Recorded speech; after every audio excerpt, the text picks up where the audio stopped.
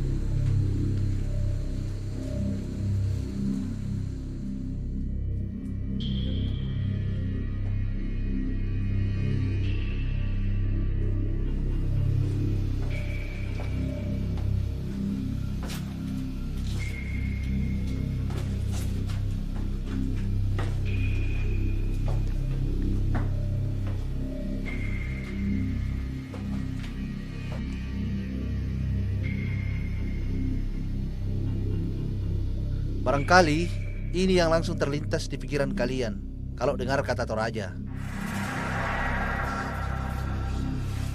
Betul Bung, kampungku ini memang lekatnya dengan wisata pemakaman. Ini adalah pemakaman kami punya leluhur, Londa namanya. Tidak perlu takut, siapa saja boleh masuk ke sini. Cuma saja kita orang butuh lampu Petromax karena di dalam Londa gelap gulita.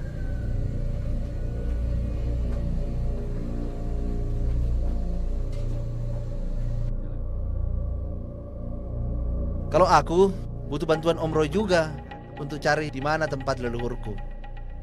Terakhir kali aku ke sini waktu kecil. Om Roy ini semacam juru kunci di sini. Gua Londa sangat luas, tapi di dalamnya sempit. Makanya kalau ke sini harus ajak yang tahu betul seluk-beluk goa. Kalau tersesat bisa keluar di desa lain. Goa alam ini sudah jadi makam leluhur orang Toraja sejak abad ke-11. Sudah lama sekali Mi. Hampir 1000 tahun. Hanya keluarga Lengke dan Pangrapa keturunan bangsawan yang boleh dimakamkan di sini. Buat orang luar mungkin seram. Ada banyak peti, tengkorak, sama tulang-tulang. Nah, yang unik, di dalam Londa ini sama sekali tidak ada bau tak sedap. Itulah hebatnya orang Toraja. Kami pintar mengawetkan mayat pakai ramuan tradisional. Bung, di dalam Londa juga ada Romeo dan Julietnya Toraja. Namanya pun mirip Romi dan Yuli. Orang-orang cerita berdua ini sepasang kekasih yang bunuh diri sama-sama. Cinta mereka tidak direstui karena masih sedara.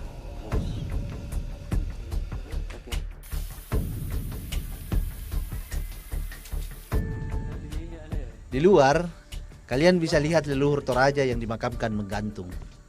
Model peti matinya kuno. Orang kami bilangnya erong. Ada aturan menempatkan erong-erong sesuai status sosial yang meninggal. Semakin tinggi derajatnya, makin tinggi pula erongnya.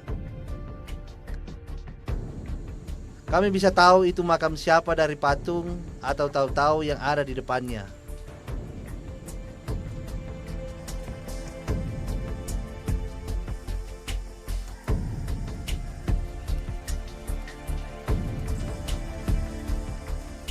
Makam gantung atau erong tidak hanya di dekat Gua Londa, ada juga di tempat lain, misalnya di Ketekesu.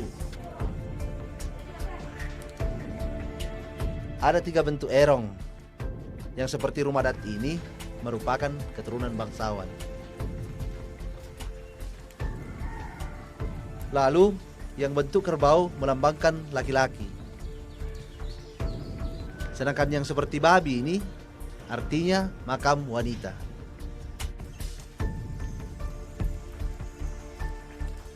Usianya juga sudah berabad-abad. Banyak peti dan tengkorak yang berserakan. Tapi tidak boleh sembarang menyentuh atau memindahkannya ya. Harus lewat upacara adat.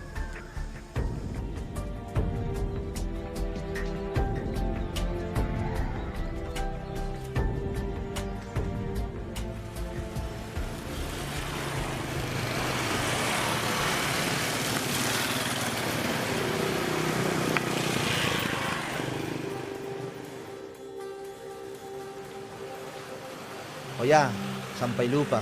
Kenalkan, kita biasanya dipanggil Ballo. Aku generasi muda Rantepao, Toraja Utara. Rantepao itu kabupaten baru di Toraja. Kalau dari Makassar, sekitar 10 jam jalan darat.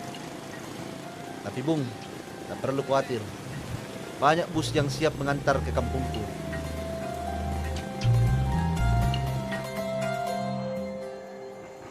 Selain terkenal dengan budaya Torajanya, Rantepao punya bentang alam indah.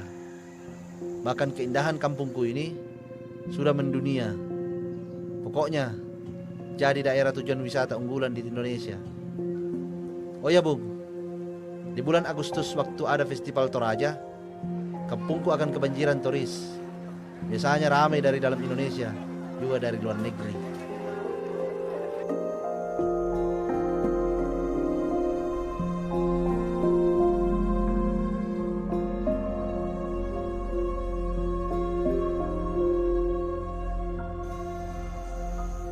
Kalau tadi makam dalam goa, ini makam di dalam batu. Borik Parinding namanya. Batu-batu besar ini dipahat dan dijadikan tempat peristirahatan keluarga bangsawan Nek Ramba. Setiap lubang diisi keluarga yang serumpun. Luas seluruh Borik Parinding 1724 meter persegi. Terdiri dari batu berdiri atau menhir. Menhir ini sudah ada sejak tahun 1717. Menhir menjadi lambang bangsawan Nek Ramba yang sudah meninggal. Batu yang paling tua itu milik kakek Nek Tali. Batu-batu besar ini harus berasal dari desa tempat asal jenazah. Yang ini unik juga Bung, tak kalah nilai sejarahnya bagi kita orang Toraja. Lubang-lubang di pohon ini bukan sembarang lubang. Ini makam khusus bayi suku Toraja zaman dulu. Tapi khusus bayi yang belum bergigi. Terakhir kali digunakan tahun 1950-an. Orang kami dulu percaya bayi-bayi seperti kembali di dalam rahim ibu. Karena batang pohon punya getah putih seperti air susu ibu. Jadi di dunia sana, bayi tidak akan kelaparan. Bila batang pohon telah rapat kembali, kami percaya sang bayi sudah kembali tumbuh.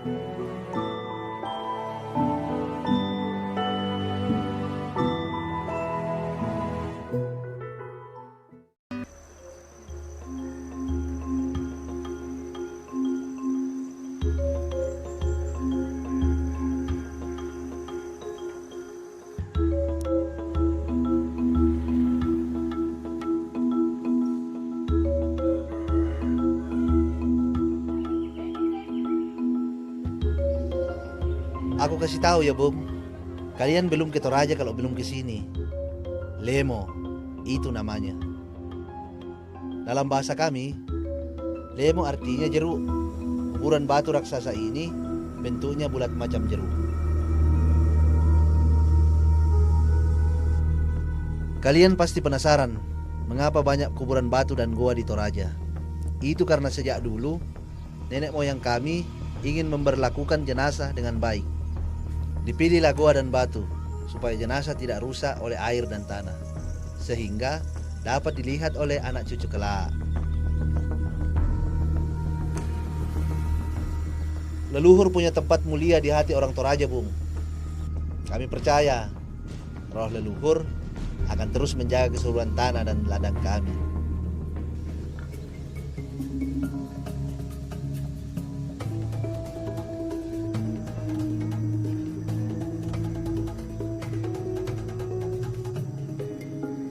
Di pemakaman manapun akan kalian jumpai patung tahu-tahu. Tahu-tahu ini melambangkan leluhur kita, orang yang sudah dimakamkan. Tapi tahu-tahu khusus kalangan bangsawan saja. Patungnya dibuat mirip aslinya, bahkan lengkap dengan aksesoris yang dipakai leluhur selama hidupnya.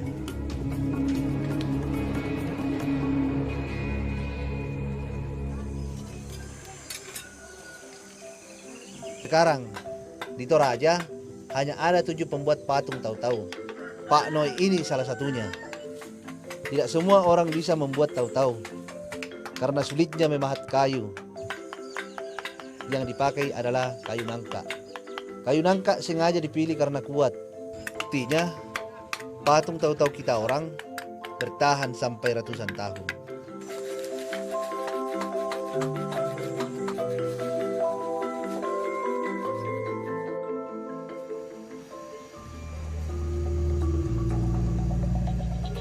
Buat kami, pemakaman itu adalah peristiwa yang sangat besar. Prosesnya pun panjang.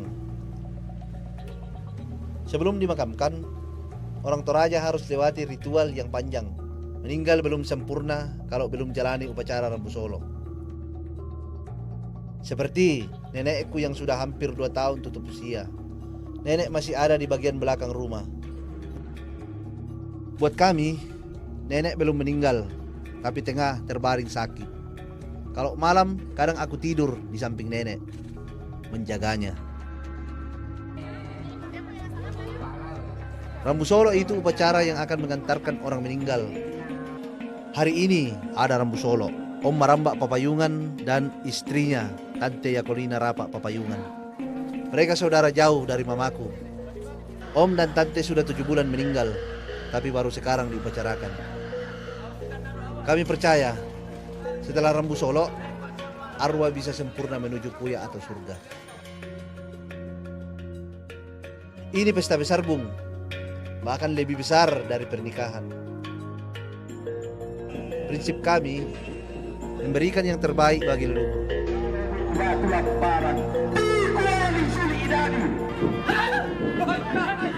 Begitu ada Rambu Solo, seluruh keluarga besar dan saudara akan datang. Wajib itu hukumnya. Tamu-tamu yang datang akan kami sambut selayaknya di pesta besar. Bapa kami yang bertahta di surga, inilah doa dan pengharapan kami. Kami alaskan di dalam nama Bapa, Anak, dan Roh Kudus. Amin.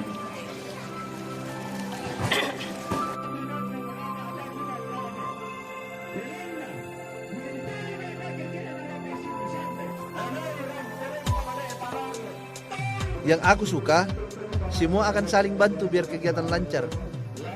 Perempuan punya tugas khusus, menjamin urusan perut semua yang hadir. Tuan rumah harus menjamu tamu dan saudara sebaik mungkin sampai kenyang.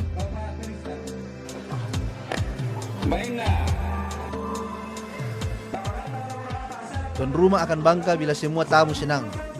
Tapi bila tamu tidak suka, tuan rumah akan menanggung malu.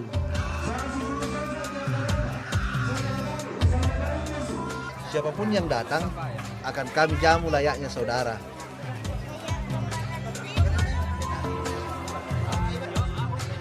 Tak pandang bulu, termasuk turis asing. Itulah mungkin mengapa tradisi pemakaman dan keramahan suku kami terkenal hingga mancanegara.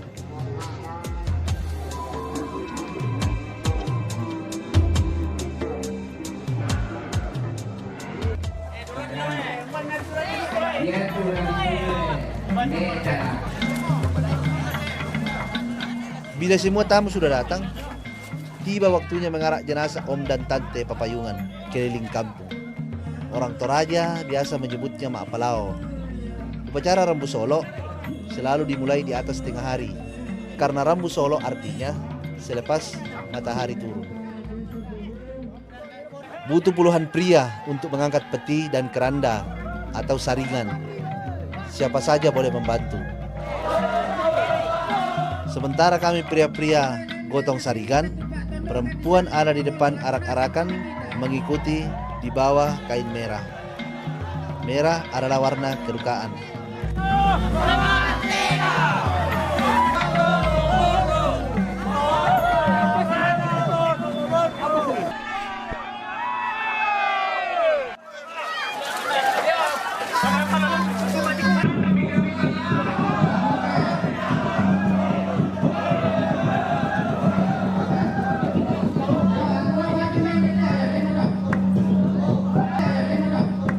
Tapi khusus perempuan yang boleh ikut harus dari keluarga almarhum. Tak ada kesedihan, justru harus gembira supaya om dan tante senang.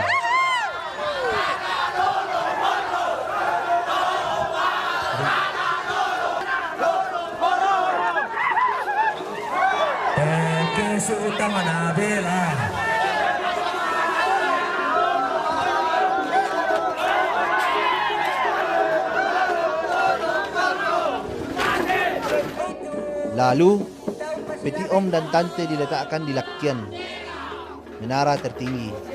Ini sementara, agar seluruh tamu dapat melihat dan memberi penghormatan terakhir. Dari mana Pak Kanevita? Di bawah biroko. Teh.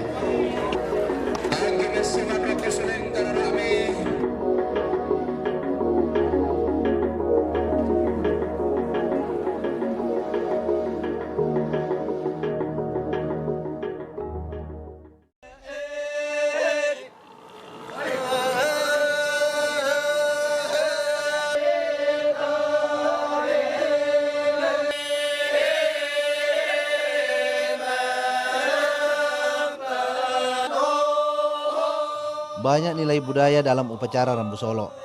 Salah satunya Mak Badong ini. Mak Badong itu tarian yang berisi syair duka cita. Gerakan dan syairnya pun tak boleh sembarangan, Bung.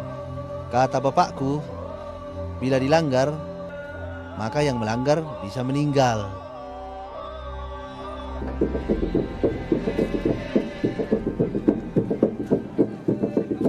Rangkaian acara Rambu Solo memang sangat banyak. Bahkan untuk keturunan bangsawan bisa lebih dari 5 hari. Sekali lagi, Bung, pemakaman memang sangat penting bagi kami. Biaya yang dikeluarkan pun sangat mahal, bisa lebih dari 5 miliar rupiah. Makanya pemakaman orang Toraja dikenal sebagai yang termahal di dunia.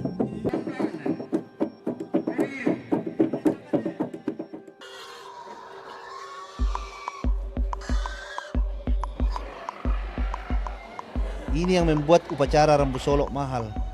Ada hewan-hewan syarat seperti babi dan kerbau. Kerbau atau tedong dalam bahasa Toraja harus ada. Kami percaya kerbau adalah kendaraan yang akan mengantarkan jenazah ke surga.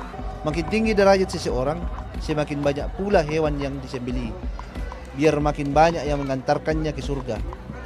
Bila ia keturunan bangsawan, bisa ratusan kerbau yang disembelih. Dari kerbau biasa sampai saleko. Kerbau albino khas Toraja yang harganya bisa tembus 900 juta satu ekor. Keluarga bangsawan akan malu bila tidak menghadirkan saleko. Dalam upacara om dan tante ini ada 2 ekor saleko. Ratusan kerbau dan babi yang akan disembelih. Tidak semuanya dibeli sendiri. Ada juga pemberian keluarga lain yang datang. Biasanya pemberian ini akan saling berbalas nanti kalau ada yang meninggal.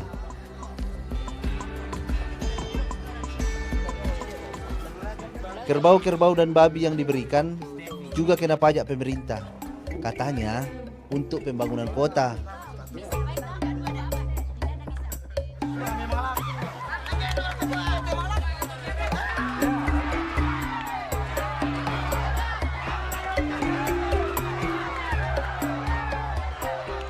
Kami punya adat, sebelum disembelih, terong-terong akan diadu dulu.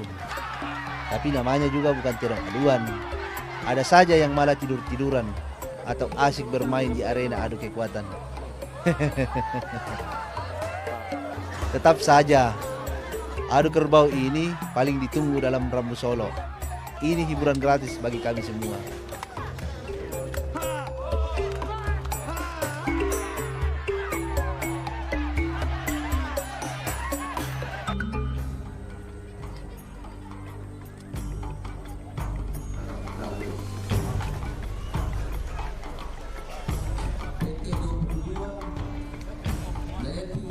Hari berikutnya setelah diadu, kerbau-kerbau pun siap disembelih.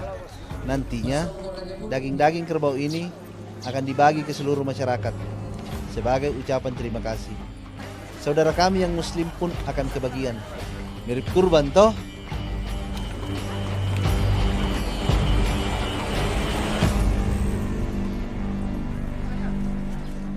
Semua harus dapat. Kalau ada satu orang saja di sekitar yang terlewat, tuan rumah akan menyesal seumur hidup.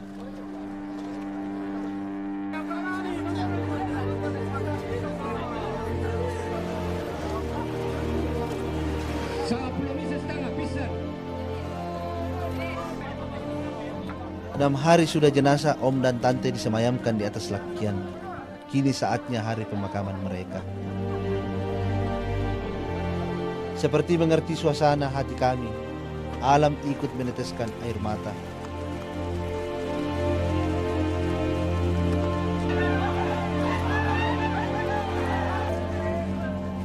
Aku ada sedikit cerita. Kalian boleh percaya, boleh tidak. Sejak zaman leluhur kami, setiap ada upacara Rabu Solo, hujan selalu turun. Meski lagi musim kemarau, tak ada yang tahu pasti sebabnya.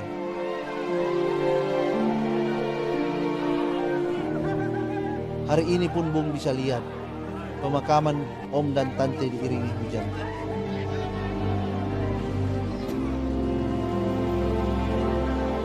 Semua orang bersemangat mengangkat peti karena om dan tante memang orang baik.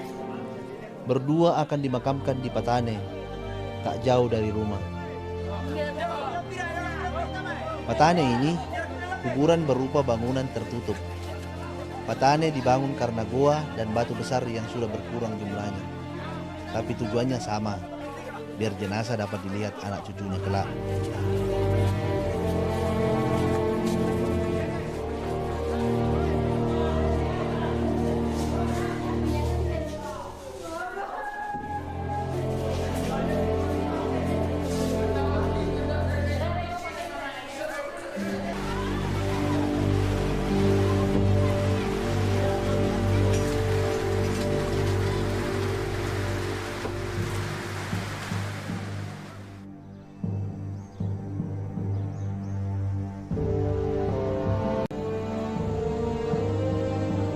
Aku bersyukur terlahir dan tumbuh di negeri nan hijau, Rantepao.